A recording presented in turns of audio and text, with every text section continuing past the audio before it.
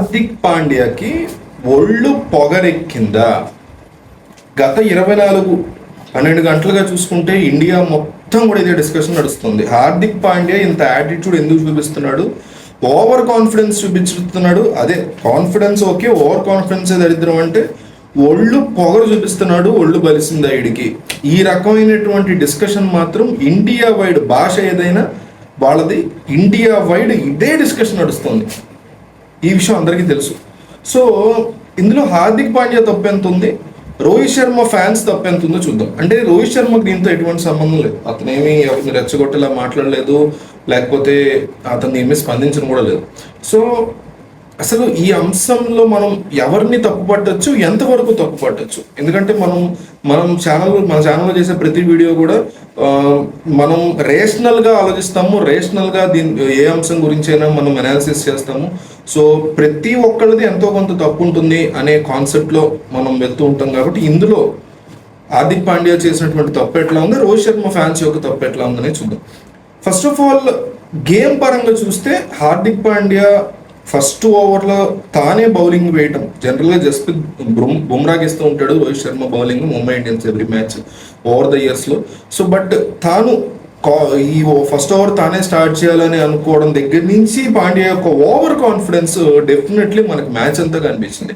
Match overall the match అంటే పాండ్యా వచ్చి ఒక 6 కొట్టి ఒక 4 కొట్టి తర్వాత బాల్కి అవుట్ అయిపోవడం కూడా ఓవర్ కాన్ఫిడెన్స్. అంటే ఒక నిలకడ స్వభావంతో పాండ్యా నిన్న లేడు. అయితే ఆ నిలకడ స్వభావం లేకపోవడానికి కారణం ఒక రకంగా రోహిత్ శర్మ ఫ్యాన్స్ చేసినటువంటి రచ్చకి ఇతను ట్రిగ్గర్ అయ్యాడనేది మనకు స్పష్టంగా కనిపిస్తుంది. ఎందుకంటే ఒకళ్ళిద్దరు కాదు కదా, 100 మంది కాదు, 1000 మంది కాదు, 15,000 20,000 మంది క్రౌడ్ ఒకేసారి రోహిత్కి అంత చీర్ చేస్తున్నప్పుడు ఇతను ట్రిగ్గర్ అవడం తప్పులేదు. అంటే ట్రిగ్గర్ అయ్యి ఇంతవరకు ఒక లిమిట్ వరకు అతను ఓవర్ కాన్ఫిడెన్స్ చూపించడంలో తప్పులేదు. అయితే కొన్ని వీడియోస్ మనకి ట్విట్టర్లో కానీ బయట సర్క్యులేట్ అవుతున్నాయి. రోహిత్ శర్మని బౌండరీకి వెళ్ళమంటాం. జనరల్గా రోహిత్ శర్మ సర్కిల్లోనే ఉంటాడు, అట్లాంటి వ్యక్తిని బౌండరీకి వెళ్ళమని హార్దిక్ పాండ్యా ఒక కెప్టెన్గా అతన్ని చెప్పడం, రోహిత్ శర్మ కూడా వెళ్ళడం, బౌండరీ దగ్గర కూడా డిఫరెంట్ ప్లేసెస్కి మార్చడం, ఇవన్నీ కూడా మనం చూస్తున్నాం.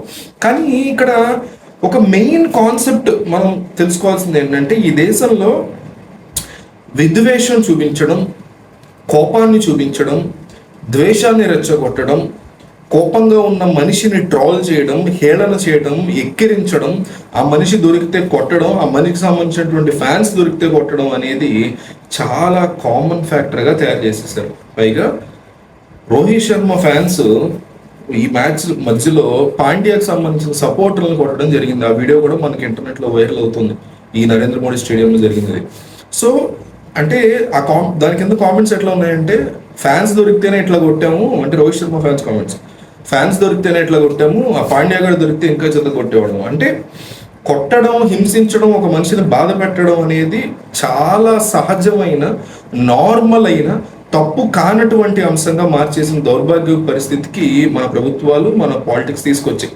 పాలిటిక్స్ ఇవన్నీ క్రికెట్ మ్యాటర్లో మాట్లాడకూడదు, కానీ చిన్నప్పటి నుంచి కూడా హింస అనేది ఒక తప్పు కింద చూపించకుండా వీళ్ళకి జనరలైజ్ చేసేయడం, మన సినిమాలు కానీ, మన సొసైటీ కానీ, మన చుట్టుపక్కల జనాలు కానీ, మన పొలిటీషియన్స్ కానీ ఇట్లా చేసేయడం వల్ల ఈరోజు ఒక మనిషి మీద కోపం ఉంటే ఆయన కొట్టడమే, కుదిరితే నెక్స్ట్ లెవెల్ అది చంపడానికి వెళ్తుంది. ఇదివరకు ఎట్లా ఉండేదంటే ఒక మనిషి మీద కోపం ఉంటే అతను క్రిటిసైజ్ చేయడం, లేకపోతే అతనికి సంబంధించినటువంటి ఏదన్నా తప్పుల్ని ఎత్తి చూపించడం, పబ్లిక్గా డిస్ప్లే చేయడం ఆ తప్పుల్ని, ఇది ఉండేది. ఆ లెవెల్ నుంచి వాళ్ళని బ్యాక్ ఎండ్లో వాళ్ళ ఆస్తులు, లేకపోతే వాళ్ళ ఇంట్లో వాళ్ళని ఇబ్బంది పెట్టడం, తిట్టడం, బూతులు తిట్టడం, ఇట్లా పెరిగిపోయి మనిషి దొరికితే కొట్టడం వరకు వచ్చింది. నెక్స్ట్ డేకి చంపడం దగ్గరికి వెళ్తుంది కదా, ఇంకేముంది మనిషిని చెప్తే అక్కడితో ఎండ్. సో ఆ వర్స్ట్ కూడా తీసుకెళ్తారు వీళ్ళు. నేను ఓన్లీ పాండ్యా ఫ్యాన్స్ని, రోహిత్ శర్మ ఫ్యాన్స్ కొట్టారని చెప్పట్లేదు. సినిమా థియేటర్లో కూడా మీరు చూస్తే ఇష్టం వచ్చినట్టు ఫ్యాన్స్ కొట్టుకోవడం, ఈ క్రికెట్ మ్యాచే కాదు, మన ఆస్ట్రేలియా ఇండియా మ్యాచ్ అప్పుడు కావచ్చు, ఇట్లా చాలా ఇన్సిడెంట్స్ ఐపీఎల్ వచ్చిన తర్వాత చాలాసార్లు జరుగుతూనే ఉంది. ఇట్లా గత 3-4 సంవత్సరాలుగా ఈ వైలెన్స్ అనేది క్రికెట్ ఫ్యాన్స్ మధ్య, సినిమా ఫ్యాన్స్ మధ్య విపరీతంగా పెరిగిపోతుంది. మీరు ట్విట్టర్ ఫాలో అయ్యే వాళ్ళు అయితే ట్విట్టర్ ఫ్యాన్స్ ఈ డిఫరెంట్ ఫ్యాన్ బేస్లు, తెలుగు ఫ్యాన్ బేస్లు వేరే వాళ్ళు ఉండే ఇళ్లకి వెళ్ళి ఆ ఏరియాల్లో వాళ్ళని అటాక్లు చేసినటువంటి సందర్భాలు ఉన్నాయి. మన బెంగళూరులో కూడా ప్రభాస్ ఫ్యాన్ ఎవరినో కొట్టారు, అల్లు అర్జున్ ఫ్యాన్స్, ఇట్లా వీళ్ళు వాళ్ళని కొట్టడం ఇట్లా జరిగింది. సో ఇంత వర్స్ట్ జనరేషన్ తయారు చేస్తున్నాం మనం. అయితే అందులో భాగంగా వీళ్ళు ఇట్లా కొట్టడం జరిగింది. సో ఇప్పుడు ఇక్కడ పాండ్యా తప్పుందా, రోహిత్ శర్మ ఫ్యాన్స్ తప్పుందా అంటే ఇద్దరిది కొంత కొంత ఉంది. పాండ్యా అక్కడ టాస్ కోసం వచ్చినప్పుడు వీళ్ళు అభిమానంతో రోహిత్ అని చీర్ చేశారు. అది దానికి అతను ట్రిగ్గర్ అయ్యాడు. డెఫినెట్లీ అవుతాం, అతను అవడం తప్పలేదు, వీళ్ళు చీర్ చేయడం తప్పలేదు. ఎందుకంటే తమకు కావాల్సినటువంటి తమకు కావాల్సినటువంటి వ్యక్తిని కెప్టెన్ గా తీసి పక్కన పెట్టినప్పుడు, అతని బేస్ లో వేరే వాళ్ళు వచ్చినప్పుడు తమకు కావాల్సినటువంటి వ్యక్తిని వాళ్ళు చేరు చేయడంలో తప్పలేదు. ఇప్పుడు ధోనిని తీసేసి గైక్వాడ్ని పెట్టినప్పుడు, గైక్వాడ్ టాస్కి వచ్చినప్పుడు ధోని అరిస్తే రుతురాజ్ గైక్వాడ్ పెద్ద పట్టించుకోడు. ఎందుకంటే ధోనిని ఒక గురువు లాగా, ఒక ఇదిలాగా ఫీల్ అవుతాడు కాబట్టి. కానీ ఇక్కడ పాండ్యా అట్లా కాదు, ఆ లెవెల్ లేదు, ధోని లెవెల్ లేదు కదా రోహిత్ శర్మకి, ఏజ్ కానీ ఎక్స్పీరియన్స్ కానీ ఇంకోటి కానీ. But an excellent cricket player అయి ఉండొచ్చు. సో అందువల్ల పాండ్యా ట్రిగ్గర్ అయ్యాడు. అదే ప్లేస్ లో రుతురాజ్ గైక్వాడ్ లాంటి లేకపోతే సూర్యకుమార్ యాదవ్ కెప్టెన్సీ ఉంటే అతను ఇంతలాగా రియాక్ట్ అయ్యేవాడు కాదు, ట్రిగ్గర్ అయ్యేవాడు కాదు. ఓకే, ట్రిగ్గర్ అయ్యాడు, కంట్రోల్ చేసుకోవాల్సి ఉంది, బట్ బౌలింగ్ ఫస్ట్ ఓవర్ వేసాడు. ఆ కోపాన్ని మ్యాచ్ మీద చూపించి మ్యాచ్ని అతను చెడగొట్టుకున్నట్టుగా మనకు స్పష్టంగా కనిపిస్తుంది. అనేక చోట్ల 6 ఓవర్లో 48 రన్లు కొట్టడం అనేది చాలా తేలికైనటువంటి పరిస్థితి నుంచి ముంబై ఓడిపోయే పరిస్థితికి వచ్చింది. రషీద్ ఖాన్ ని కూడా ఫేస్ చేయలేక తాను బ్యాటింగ్ రాలేకపోయాడు పాండ్యా అని కూడా ఆరోపణలు ఉన్నాయి. సో ఓవరాల్ గా పాండ్యా ఇవన్నీ తప్పులు. అయితే రోహిత్ శర్మ ఫ్యాన్స్ దగ్గరికి వచ్చేసరికి వాళ్ళు కావాలని అతన్ని ఎన్నో చోట్ల రెచ్చగొట్టారు. స్టార్టింగ్ టాస్ దగ్గర నుంచి స్టార్ట్ అయ్యి పాండ్యా తీసుకునే ప్రతి నిర్ణయాన్ని తప్పుపడుతూ గ్రౌండ్ లో రోహిత్ అని అరుస్తూ ప్రతి చిన్న అంశాన్ని, పాండ్యా బ్యాటింగ్ వచ్చినప్పుడు, పాండ్యా బౌలింగ్ వేసేటప్పుడు రోహిత్ అని అరవడం, అంటే కావాలని నువ్వు మా కెప్టెన్ కాదు, మాకు రోహితే కెప్టెన్ అని అరవడం. అంటే మీకు రోహిత్ కెప్టెన్ కావాలంటే డెఫినెట్లీ రోహిత్ని కోరుకుంటే అందులో క్వశ్చనే లేదు. కానీ దానికి పాండ్యా ఏం చేయగలుగుతాడు? పాండ్యా గుజరాత్ టీం నుంచి వచ్చాడు, అతని ట్రేడింగ్ లో పర్చేస్ చేసుకుంది Mumbai management. So Mumbai management అతను పర్చేస్ చేస్తున్నప్పుడు మేబీ అతను కెప్టెన్ అయితేనే వస్తాను కండిషన్ పెట్టుంటాడు. దానికి ఒప్పుకున్న ముంబై మేనేజ్మెంట్ ది తప్పు. ముంబై మేనేజ్మెంట్ దగ్గర మీరు ప్రొటెస్ట్ చేయాలి. అంత మీకు అభిమానం ఉంటే రోహిత్ శర్మ మీద, రోహిత్ శర్మ కెప్టెన్ గా దిగిపోవడానికి ఒప్పుకున్నందుకు రోహిత్ శర్మని కూడా మీరు క్వశ్చన్ చేయాలి.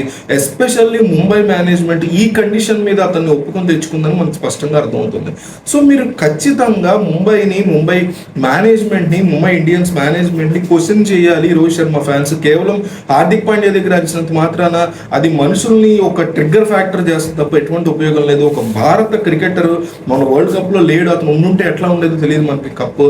ఇదే రోహిత్ శర్మ వెనకాల నిలబడి ఎన్నోసార్లు ముంబై ఇండియన్స్ ట్రోఫీలు సాధించడంలో ముఖ్య పాత్ర పోషించినటువంటి వ్యక్తి పాండ్యా అని కూడా మనం గుర్తుపెట్టుకోవాలి. ప్రతిదాన్ని కూడా బలుపుగా, ప్రతిదాన్ని కూడా పొగరుగా చూడటం కంటే కూడా అతను ట్రిగ్గర్ అయ్యి అట్లా చేశాడు అనేది కూడా అర్థం చేసుకోవాల్సినటువంటి పరిస్థితి. అట్లాగని అతను చేసే ప్రతిదీ నేనేం సపోర్ట్ చేయట్లేదు. ఓవర్ కాన్ఫిడెన్స్ తో మ్యాచ్ని పోగొట్టినటువంటి నింద అతనికి ఉంది, డెఫినెట్లీ అది అతను చేశాడు. కానీ వీళ్ళు రియాక్ట్ అయ్యే లెవెల్లో, అంటే పాండ్యాని సపోర్ట్ చేసే వాళ్ళని గ్రౌండ్ లోనే కొట్టే అంత లెవెల్లో మాత్రం విద్వేషాలను రెచ్చగొట్టేది క్రికెట్ కాదు. ఏ రకమైనటువంటి క్రీడ కానీ, ఏ రకమైనటువంటి సినిమాల ప్రభావం కానీ యువతను ఇంత వరస్ట్ గా తయారు చేయకూడదని కోరుకోవాలి ఎవరైనా. సో ఈ ఓవరాల్ సినారియోలో పాండ్యాది ఓవర్ కాన్ఫిడెన్స్ ఉంటే రోహిత్ శర్మ ఫ్యాన్స్ చాలా వరకు తప్పు ఉన్నట్టు మనకు కనిపిస్తుంది. సో నేను ఏదైనా పాయింట్స్ కవర్ చేయలేకపోయానని మీరు అనుకుంటే డెఫినెట్లీ వాట్సాప్లో కామెంట్ చేయండి. అట్లాగే నేను షార్ట్స్లో, మన ఛానల్ యొక్క షార్ట్స్లో బ్రేకింగ్ న్యూస్ని ఎక్కువగా కవర్ చేస్తున్నాను. అంటే ఇప్పటికిప్పుడు బ్రేకింగ్ రాగానే వెంటనే షార్ట్ చేస్తాను అనమాట. నాకు ఫస్ట్ హ్యాండ్ ఇన్ఫర్మేషన్ వస్తూ ఉంటుంది ఎక్కువగా. సో మీరు నా ఇన్స్టాగ్రామ్ చూసినా, నా టెలిగ్రామ్ చూసినా, ట్విట్టర్ చూసినా మీకు అర్థమైంది. ఫస్ట్ హ్యాండ్ ఇన్ఫర్మేషన్ ఇమ్మీడియట్గా మెయిన్ స్ట్రీమ్ మీడియాతో సమానంగా నాకు వస్తూ ఉంటుంది. రాగానే నేను దాన్ని ఒక షార్ట్ చేసి మన యూట్యూబ్ ఛానల్లో అప్లోడ్ చేస్తున్నా. కాబట్టి ఏంటంటే మీరు సబ్స్క్రైబ్ చేసుకుని ఈ గంట ఏదో ఉంటుంది కదా, అది ఆన్ చేసి పెట్టుకోండి. అందువల్ల నేను ఆ షార్ట్, అంటే బ్రేకింగ్ న్యూస్ కదా ఇది, ఆ షార్ట్ చేయగానే వెంటనే మీకు ఇట్లా జరిగింది బ్రేకింగ్ న్యూస్, స్కూల్ సెలవులు కావచ్చు, లేకపోతే పొలిటికల్ ఇన్సిడెంట్స్ కావచ్చు, ఒక పార్టీ నుంచి ఒక పార్టీలోకి మారిన కీలకమైనటువంటి వ్యక్తులు, అంటే పిచ్చి పిచ్చి ఇన్ఫర్మేషన్, చిన్న చిన్న న్యూస్లు కాదు, ఒక స్ట్రాంగ్ బ్రేకింగ్ న్యూస్, ఎక్కడ ఏదైనా యాక్సిడెంట్ జరగడం, ఇట్లా కొన్ని పెద్ద బ్రేకింగ్ ఉంటాయి కదా, అవి నేను మెయిన్ స్ట్రీమ్ మీడియా కంటే ముందే కవర్ చేయడానికి ట్రై చేస్తున్నా. మన షార్ట్స్లో, మన ఛానల్ షార్ట్స్లో ఉంటాయి, కావాలి మీరు చెక్ చేయండి. మీకు ఒకసారి చెక్ చేసే మీరు కావాలంటే గంట సింబల్ ఏదో ఉంటుంది, అది ఆన్ చేసుకోండి. ఎందుకంటే అది మీరు నోటిఫికేషన్ ఆన్ చేసుకుంటే మీకు బ్రేకింగ్ న్యూస్ అనేది అట్లా చేయగానే, నేను వీడియో చేసి పోస్ట్ చేయగానే మీకు బ్రేకింగ్ న్యూస్ వస్తుంది. మీరు వెంటనే చూసి న్యూస్ తెలుసుకుంటారు. ఎర్లీగా న్యూస్ని తెలుసుకోవాలనుకునే వాళ్ళు కంపల్సరీ ఈ నోటిఫికేషన్ ఆన్ చేసుకోండి. షార్ట్స్ మీకు వెంటనే డిస్ప్లే అవుతాయి ఫోన్లో.